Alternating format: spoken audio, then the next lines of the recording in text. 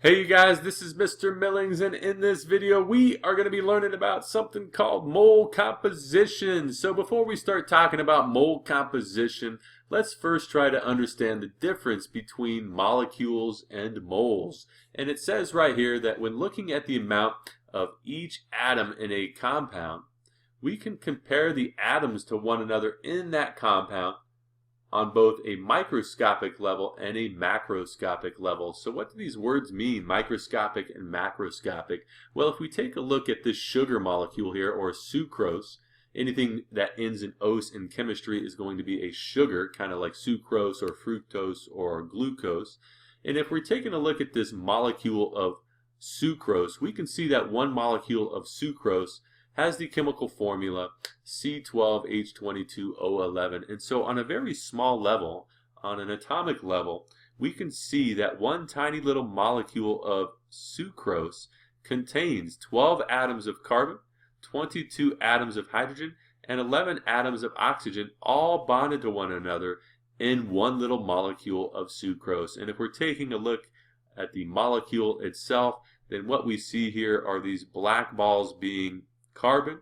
We can see the white balls here representing hydrogen atoms, and we can see these yellow balls here representing the oxygen atoms. And if you count all these up, we can see that one molecule of sucrose is going to have 12 atoms of carbon, 22 atoms of hydrogen, and 11 atoms of oxygen. So this is what sucrose is going to look on a microscopic level. But if we blow this up, right, if we have billions upon billions, if not trillions, of these sucrose molecules, it might look something like we see right here, like a little mound of sugar. And so if we're taking a look at sucrose on a macroscopic level, on a much larger scale, that is to say a scale that we can see with our own eyes and not have to look at it under a microscope, then what we'll see here is that we have 1 mole. We have 1 mole of C12H22O11, and 1 mole of C12H22O11 is going to contain 6.02 times 10 to the 23rd molecules of this stuff, like we learned in an earlier video. And so if we have 1 mole, or this many molecules of sucrose, well, then we're going to have 12 moles of carbon atoms, we're going to have 22 moles of hydrogen atoms, and we're going to have 11 moles of oxygen atoms. And so if we're taking a look at a molecule on a macroscopic level, then we can think of these subscripts that we see here in this molecule as being the number of moles. And so if we take a look, if we have 1 mole of sucrose right here, 1 mole of sucrose is going to contain 12 moles of carbon, 22 moles of hydrogen, and 11 moles of oxygen. So that's an important concept to understand. And so what if we have 2 moles of sucrose, like we see over here? If we have 2 moles of sucrose, then how many moles of carbon will we have? Well, we're going to have 2 times 12, which is 24 moles of carbon. We're going to have 2 times 22, which is 44 moles of hydrogen, and 2 times 11, which is 22 moles of oxygen. So if we have 2 moles of sucrose, we're going to have 24 moles of carbon, 44 moles of hydrogen, and 22 moles of oxygen. So that's an important concept to understand, understanding molecules versus moles. If we're taking a look at a molecule, we're looking at it on a very small, tiny molecular level. And so we're going to be looking at these in terms of atoms. But if we blow this up, right, if we blow this up to where we have trillions and trillions of these little molecules that we can see with the naked eye in the form of a crystal structure we know as sugar, then 1 mole of this stuff here will contain 12 moles of carbon, 22 moles of hydrogen, 11 moles of oxygen. So that's an important concept. And so now what we can do is we can come up with all kinds of mole ratios to compare this molecule here to the number of carbon atoms, to compare the carbon atoms that are in sucrose to the number of hydrogen atoms, etc., etc. And so let's take a look at that next. Let's take a look at mole-to-mole relationships within a compound. And so it says right here, within any compound, there are many mole relationships that can be drawn by looking at these subscripts in a compound. And from these relationships, multiple mole ratios can be developed from the different atoms in a compound. And mole ratios can also be developed. And so if we take a look, here is our chemical formula for sucrose, like we just talked about. And so if we're taking a look at this molecule here, we can draw all kinds of different mole ratios from this molecule right here. For example, if we take a look, if we have 1 mole of this stuff here, of this molecule, it's going to contain 12 moles of carbon. Or we can say that 12 moles of carbon for every 1 mole of sucrose. For example, over here, if we take a look at the same molecule, there's 22 moles of hydrogen. There's 22 moles of hydrogen for every 11 moles of oxygen, like we've written right here. Or we can flip this over and say that there's 11 moles of oxygen for every 22 moles of hydrogen. If we take a look at the same molecule, we can come up with another mole ratio. We can say that there's 11 moles of oxygen to 12 moles of carbon. Or we can say that there's 12 moles of carbon to 11 moles of oxygen. If we take a look down here, using the same molecule, we can say that there are 11 moles of oxygen to 1 mole of this entire molecule. Or we can say that for every 1 mole of sucrose molecules, there's going to be 11 moles of oxygen. We can also say that there's 22 moles of hydrogen to 12 moles of carbon. Or if we flip this over, we can say that there's 12 moles of carbon to 22 moles of hydrogen. And last but not least, we can even say that 1 mole of sucrose contains 22 moles of hydrogen. Or if we flip this over, we can say that there are 22 moles of hydrogen for every 1 mole of sucrose. And so understand that concept and understand what these subscripts mean. On a macroscopic level, they refer to the number of moles of that atom that are in 1 mole of this compound right here. And so what we can do now is, using this information and using these equivalency statements or equivalent statements that we've just explained, we can solve all kinds of different little problems. And so let's apply this concept to several different problems. So if we take a look at this first example, it says how many moles of oxygen are in 5.5 moles of carbon dioxide. So if we take a look, it looks like we have some carbon dioxide here, CO2. And if we're taking a look at this compound right here, we can see that there are 2 moles of oxygen to every 1 mole of carbon. We can also see that there's 2 moles of oxygen to every 1 mole of carbon dioxide. And so there's all kinds of mole relationships that we can establish by looking at the chemical formula for carbon dioxide. But in this problem, we have 5.5 moles of CO2. And what we're trying to figure out here, what we want to know, is how many moles of oxygen. We want to know how many moles of oxygen are there in 5.5 moles of carbon dioxide. So that's what we're trying to figure out. So we have to cancel out moles of CO2. So we're going to put that at the bottom of this equivalence statement. And what we want to figure out is moles of oxygen. And so we're going to put that at the top of our equivalence statement. And so now if we take a look at this molecule here, what this molecule is telling us on a macroscopic level, that for every 2 moles of oxygen, there's going to be 1 mole of carbon dioxide. So 1 mole of carbon dioxide contains 2 moles of oxygen. And so if we just take 5.5 times 2, we're going to end up with 11. Moles of CO on top and bottom are going to cancel out. And so if we have 5.5 moles of carbon dioxide, we will end up with 11 moles of oxygen. Let's take a look at another example. In this second example, it says what mass of nitrogen in grams is in 3.75 moles of sodium nitrate, or NaNO3. And so because we're starting off with the mass of something, we're going to end up having to convert it to moles, and so you're going to need a periodic table of elements out. And so in this problem, if you take a look, we have the substance sodium nitrate, NaNO3, and we have 3.75 moles of this stuff, 3.75 moles of NaNO3. And so what we need to do here is we need to figure out how many grams of nitrogen there are if we have 3.75 moles of this. So if we have 3.75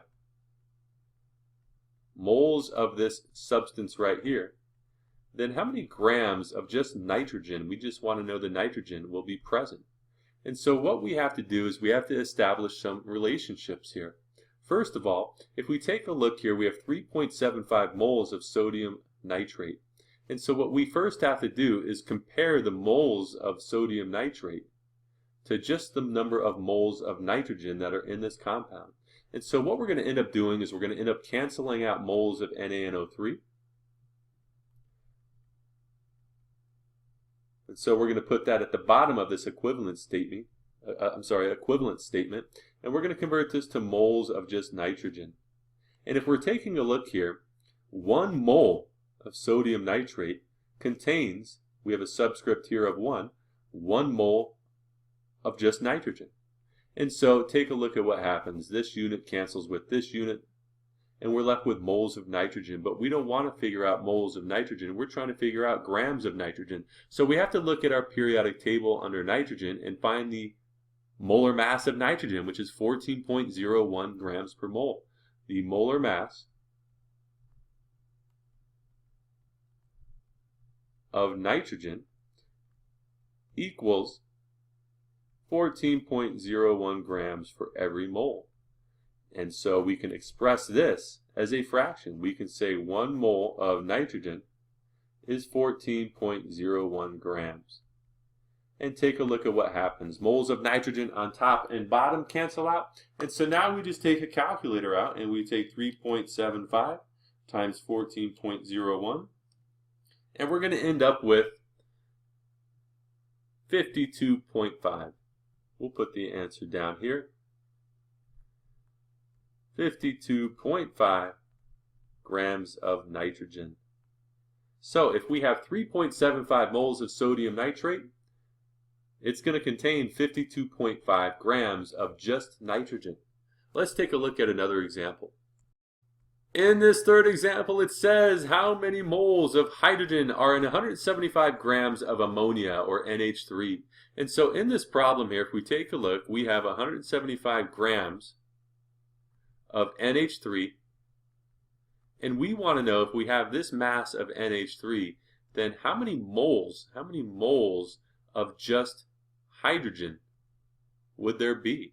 So we just want to figure out the number of moles of just hydrogen if we have 175 grams of ammonia. So in this problem here, we have 175 grams of NH3. And what we're going to do here is we're going to figure out how many moles of just hydrogen there are. So the very first thing we have to do is we have to convert the grams of NH3 to moles by looking at our periodic table of elements and figuring out the molar mass of NH3. And so if we take a look at NH3, let's figure out the molar mass of NH3. If we take a look at NH3, it's made up of nitrogen and hydrogen. We have one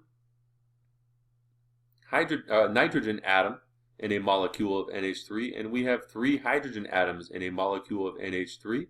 The molar mass of nitrogen, if we look on our periodic table, is 14.01 grams per mole, and hydrogen is 1.01 grams per mole. This is going to give us 3.03. This is going to give us 14.01. And if we add these together, we're going to end up with a molar mass of 17.04 grams per mole.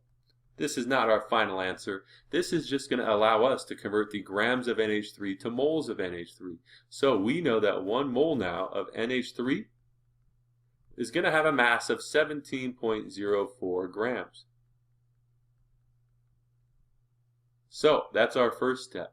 If we take a look now, grams of NH3 on top and bottom are going to cancel, leaving us with moles of NH3, but we don't want to figure out moles of NH3. What we're trying to figure out is the number of moles of just hydrogen. So we have to take a look at this molecule here. And if we take a look at this right here, what this is telling us is that for every 1 mole of NH3, for every 1 mole of NH3, there's 3 moles of hydrogen. 3 moles of hydrogen. So now moles of NH3 on top and bottom are going to cancel. And so now we get our calculator out. We take 175 divided by 17.04 times 3. And we're going to end up with 30.8.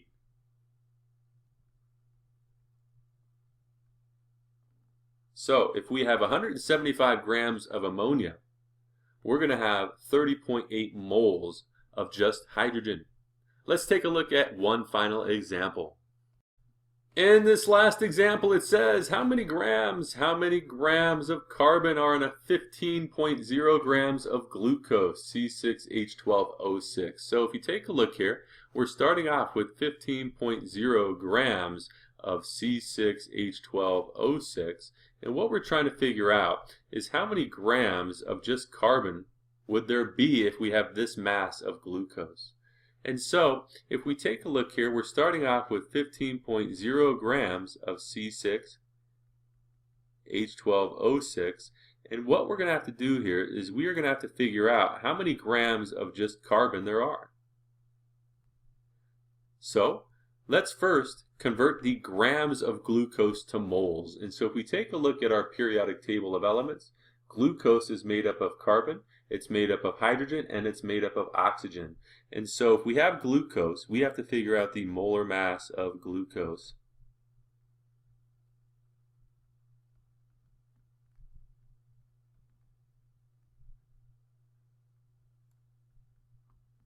And we know glucose is C6H12O6, and it's made up of carbon, hydrogen, and oxygen. And we have 6 moles of carbon if we're looking at this on a macroscopic level. We have 12 moles of hydrogen, and we have 6 moles of oxygen. And if we take a look at the molar mass of carbon, it's 12.01 grams per mole. If we take a look at the molar mass of hydrogen, it's 1.01 grams per mole.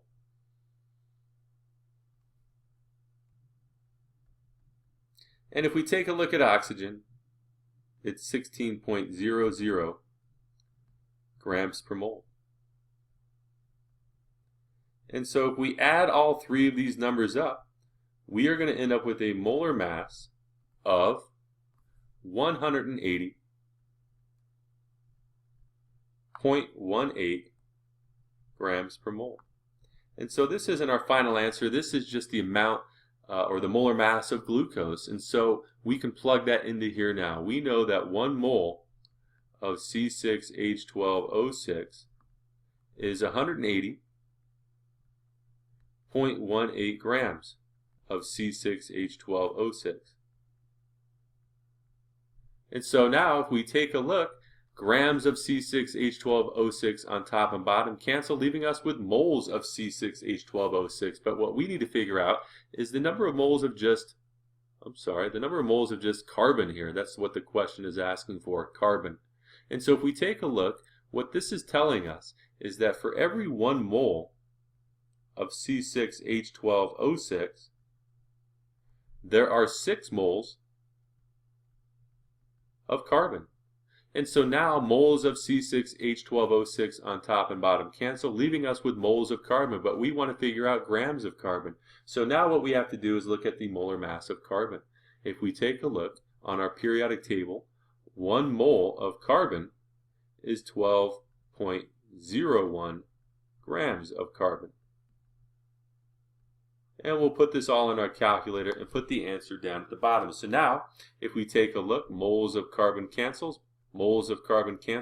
leaving us with grams of carbon, which is what we were trying to find, grams of carbon. So now we just take 15.0 divided by 180.18 times 6 times 12.01, and we're going to end up with 6.0, it looks like. 6.00, if we're using the correct number of sig figs here, 6.00 grams of carbon. So if we have 15.0 grams of glucose, we're going to end up with only 6.00 grams of carbon, and that answer should make sense. So if you like what you see, go ahead and click that little bomb in the bottom right hand corner, and that's going to subscribe you to my channel. And feel free to leave any comments or questions down in the comment section down below. And I really hope you guys found this helpful.